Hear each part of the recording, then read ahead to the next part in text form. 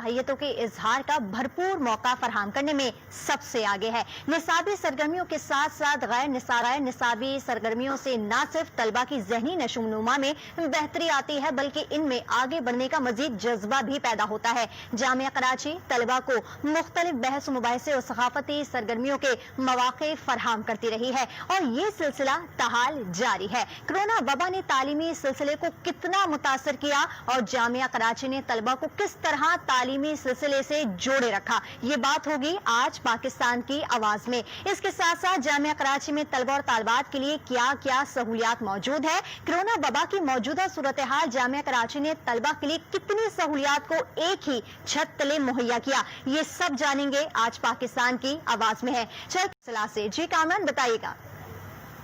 بہترین بات ہو رہی تھی تعلیمی سرگرمیوں کی۔ اس وقت ہم جامعہ کراچی کے اندر ایڈمن بلاک میں موجود ہیں، جہاں پر ہم نے دیکھا کہ کورونا وائرس کی وبا نے تعلیمی سرگرمیوں کو متاثر تو کیا لیکن آن لائن تعلیم کا سلسلہ جاری رہا۔ اس کے ساتھ ساتھ سب سے اہم بات یہ ہے کہ اس وبا کے باوجود آن لائن تعلیم تو جاری رہی اور ہم نصابی اور غیر نصابی سرگرمیاں بھی جاری رہیں۔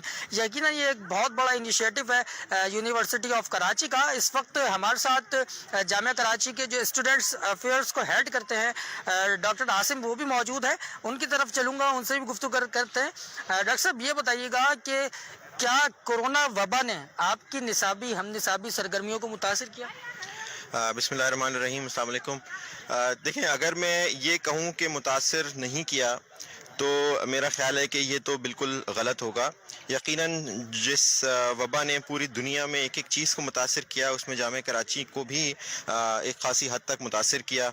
نصابی سرگرمیاں جو ہیں وہ تمام آن لائن چلی گئیں، اور ہوا یہ کہ ہم نے جو ایک پلان کیا تھا، جو پچھلے کوئی 2.5-3 سال سے ہم کوششیں کر رہے ہیں طلبہ کو پازیٹیولی چینل کرنے کی، ان کی انرجیز کو پازیٹیولی انگیج کرنے کی، آبویسلی اس میں فرق تو پڑا، لیکن where ever there is a problem there is an opportunity. تو ہم نے کوشش یہ کی اور ہم نے طریقے نکالے کہ ہم کس طرح سے طلبہ اور طالبات کو جامعہ کراچی، کیونکہ سب سے بڑی جامعہ ہے پورے ملک کی، 42,000 سے زیادہ اسٹوڈنٹس یہاں پہ زیر تعلیم ہیں، ان کو ہم آن لائن یا آن کیمپس کسی طرح سے پازیٹیولی انگیج رکھ سکیں اس وبا کے دوران۔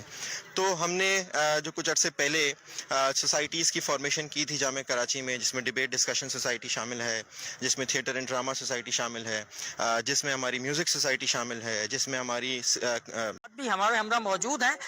یہ وہ اسٹوڈنٹس ہیں، یہ طاہا اور مناہل، جنہوں نے بہت ہی خوبصورت آواز میں نغمے گائے، ملی نغمے انہوں نے یہاں پر جامعہ کراچی کے پلیٹ فارم سے لانچ کیے گئے اور نہ صرف جامعہ کراچی بلکہ دیگر پاکستان کے نیشنل چینلز پر بھی وہ نشر ہوئے۔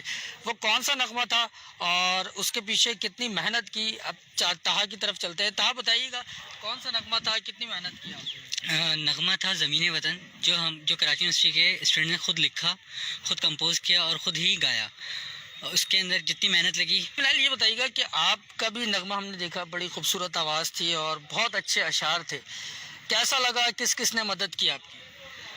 سب سے پہلی مدد تو میں یہی کہوں گی کہ جامعہ کراچی اور ہمارے وائس چانسلر ڈاکٹر عاصم علی جو اسٹوڈنٹ ایڈوائزر ہیں، ان کی بہت زیادہ مدد رہی۔ اس کے علاوہ جو لیرکس تھے وہ میں نے اپنی ایک دوست کے ساتھ مل کے لکھے، وہ بھی کراچی یونیورسٹی کی اسٹوڈنٹ تھیں۔ کمپوزیشن میں نے کی تھی زمین وطن کی، اینڈ دین وہ 10 دن کا ٹاسک تھا ہمارا اور 10 دن میں ہم نے زمین وطن کو ریلیز کیا تھا۔ بہت مشکلات آئیں یقیناً، لیکن میرے ایک مینٹور ہیں، ان کی مدد سے ہم نے جو ہے وہ ایک دن میں ہی گانے کو ریکارڈ بھی کیا، ایک ہی دن میں ویڈیوگرافی بھی کی، اور جو ہے کچھ ہی دن میں ہم نے وہ ماشاءاللہ 14 اگست کو ہم نے ریلیز کر دیا تھا۔ اس وقت کچھ مزید طلبہ